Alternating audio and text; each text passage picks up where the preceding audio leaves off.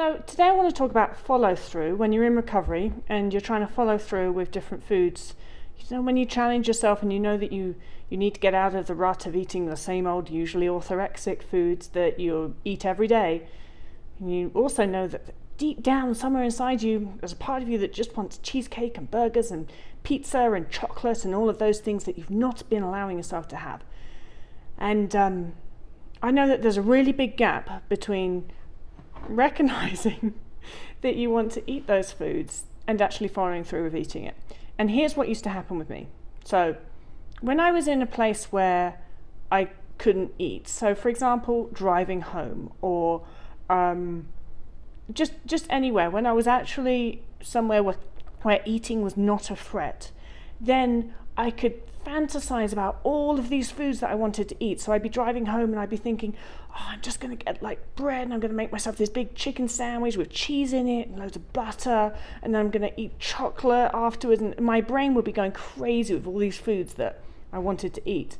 And then park the car, walk into the kitchen, gone.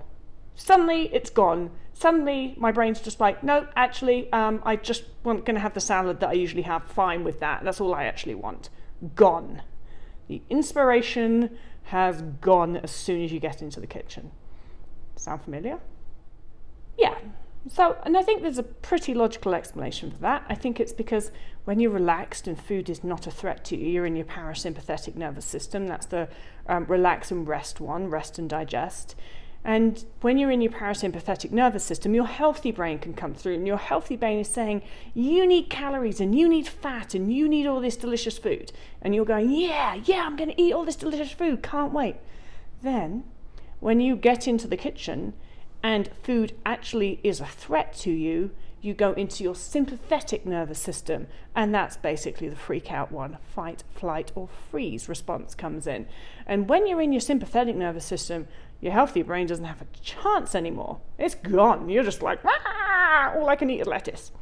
And so then usually what happens is all you eat is the salad or whatever safe food you're used to eating. And so that's kind of the freeze response, I guess.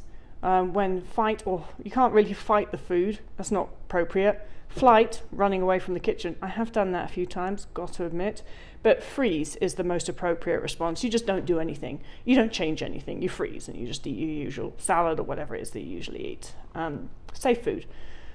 Gosh, so how do we get over that? Sheer determination most of the time.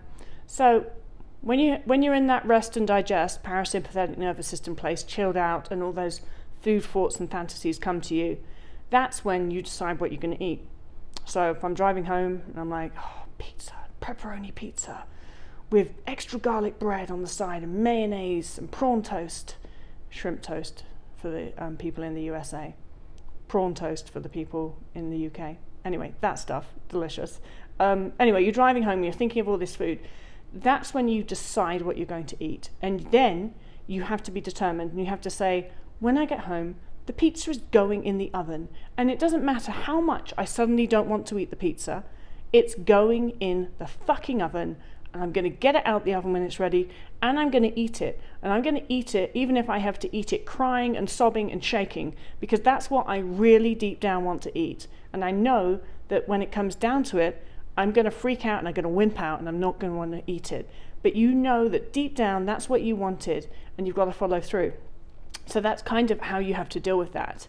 You can't deal with it in a sense that, oh, I can change my mind, because you will change your mind when you walk into the kitchen and that freeze response comes in. Your brain just goes, just eat the thing that you usually eat, don't do anything different. So you have to be determined. And when you are in that relaxed space and you're dreaming up all these foods that you want to eat, then you have to force yourself a lot of the time to actually follow through and eat them. But the good news is that by doing that, you are rewiring that fear response. You are rewiring your inability to make those food choices. And every time that you follow through, it will get easier and easier and easier to do, until you get to a point where your brain goes, oh, food isn't a threat to me. I don't need to have a fear response to food. I don't need to go into the sympathetic nervous system. I can stay in the parasympathetic nervous system and be relaxed about it. But it does that with training, And that's how you train it. You've got to push yourself through the hard stuff, and you've got to follow through and eat the foods that you really want to eat in the quantity that you really want to eat them in. No cutting back.